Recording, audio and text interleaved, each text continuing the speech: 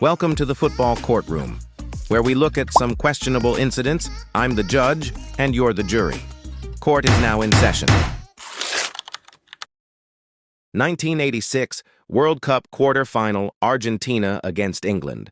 Diego Maradona scored by using his hand to punch the ball past England's goalkeeper, Peter Shilton. It gave Argentina a 1-0 lead. The referee, Ali bin Nasser, stated his view was blocked, and he relied on his linesman, who also did not signal a handball. After the match, Maradona famously described it as being scored a little with the head of Maradona and a little with the hand of God. He later admitted he had intentionally used his hand. England players protested, but the goal was allowed to stand, and Argentina went on to win the match and later the World Cup. In my opinion, he's guilty. What do you think, jury? Was it cheating or genius? Drop your verdict below. Hand of God, holy moment, or daylight robbery?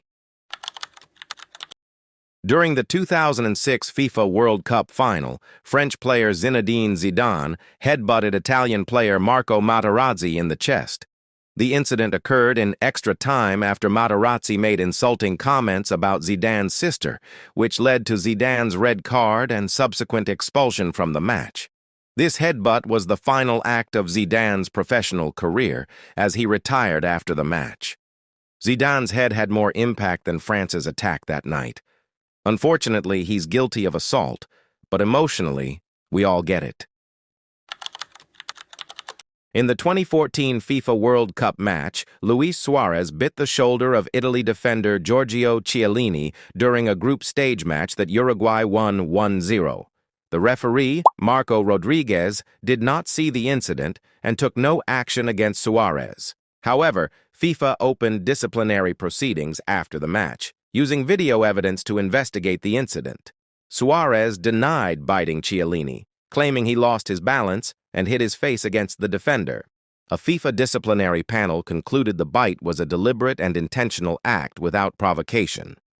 Suarez received a 4-month ban from all football-related activities, including training with his club team, a 9-match suspension from all international matches with Uruguay, fine of 100,000 Swiss francs, approximately 65,680 pounds, and a stadium ban, prohibiting him from entering any football stadium during the 4-month period. This was the third time in his career that Suarez had been banned for biting an opponent. He's guilty for sure. They should start spraying him with garlic. 2010 World Cup Final, Netherlands versus Spain. Xabi Alonso goes to chest the ball. Nigel de Jong goes full Karate Kid, planting his boot squarely into Alonso's ribs. Referee Howard Webb? Just a yellow card incident. Webb later admitted he should have sent de Jong off. It could have punctured Alonso's lung. Luckily, it didn't. Spain went on to win because karma finally showed up. De Jong didn't win the World Cup, but he definitely won Mortal Kombat, Johannesburg edition. In 2009, Thierry Henry's controversial handball in a World Cup qualifier against the Republic of Ireland led to the winning goal for France, who won the playoff on aggregate.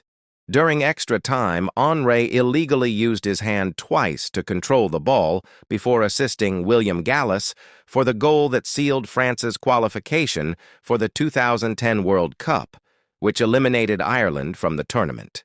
Henry later admitted to handling the ball, stating that he was embarrassed and felt sorry for the Irish and that the ball was an instinctive reaction.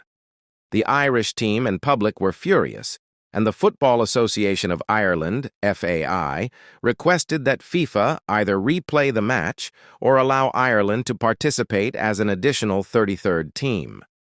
FIFA did not grant the request, and the result stood. France went to the World Cup, Ireland went to the pub. During a group stage match between Brazil and Turkey, as Rivaldo was preparing to take a corner, Unsal kicked the ball at his legs in frustration. Instead of being hit in the leg, Rivaldo dramatically fell to the ground, clutching his face as if he had been hit there. The referee, misled by Rivaldo's reaction, gave Unsal a red card, sending him off the field. Brazil went on to win the match 2-1. FIFA fined Rivaldo for his actions, though he was not suspended. The incident was widely criticized by fans, fellow professionals, and the media for its blatant simulation, or diving. Rivaldo himself later stated he deserved to be punished, but that Ünsal still deserved a card for kicking the ball at him. The Kung Fu kick incident involving Eric Cantona occurred on January 25, 1995, when the Manchester United player was sent off during a match against Crystal Palace. As he walked off the field, a fan in the crowd, Matthew Simmons, ran down the stands and shouted abuse at him. In response, Cantona launched himself into the crowd with a Kung Fu-style kick, which resulted in him being banned from football for 9 months, fined $20,000, and sentenced to 120 hours of community service. Even a 2-week prison sentence that was later reduced to 120 hours of community service. He also lost the captaincy of the French national team. Cantona called it, "the best moment of my career." He's the only player to get a red card and a black belt on the same night. Definitely guilty, but we're all a little proud of him. Swansea City were on the verge of reaching their first major cup final. In the 80th minute, with Chelsea needing 2 goals to have any hope of progressing, the ball went out of play. Charlie Morgan was a name not too many people would have known back in 2013, an innocent 17-year-old reserve team player who was given the duty of being a ball boy. Hoping to run down the clock, he hesitated with the ball, lying on it to buy his team a few precious seconds. Eden Hazard, in a rush to restart the game, attempted to wrestle the ball away before eventually kicking out at Morgan's stomach to get the ball. Hazard received an immediate red card for violent conduct, and a media storm followed. Hazard really risked his career to stop a time-wasting teenager. In 2001, Roy Keane launched a horror tackle on Alf Inge Holland, settling an old score from years before. It wasn't just a foul, it was a revenge sequel. Keane basically said, "Remember that time you laughed at me? Yeah, I don't." In 2014, league leaders Liverpool versus second-placed Chelsea at Anfield in their third-to-last game of the season. However, disaster struck on the stroke of half-time in a moment that left a scar on Liverpool fans across the world. Gerrard failed to control a routine pass from Mamadou Sakho, allowing the ball to roll into the path of Chelsea striker Demba Ba. I'm gonna say Gerrard not guilty, but forever serving a life sentence in memes. That concludes today's session of Football Courtroom. So who do you think got off lightly? Let me know your verdicts in the comments, and I'll see you in the next one.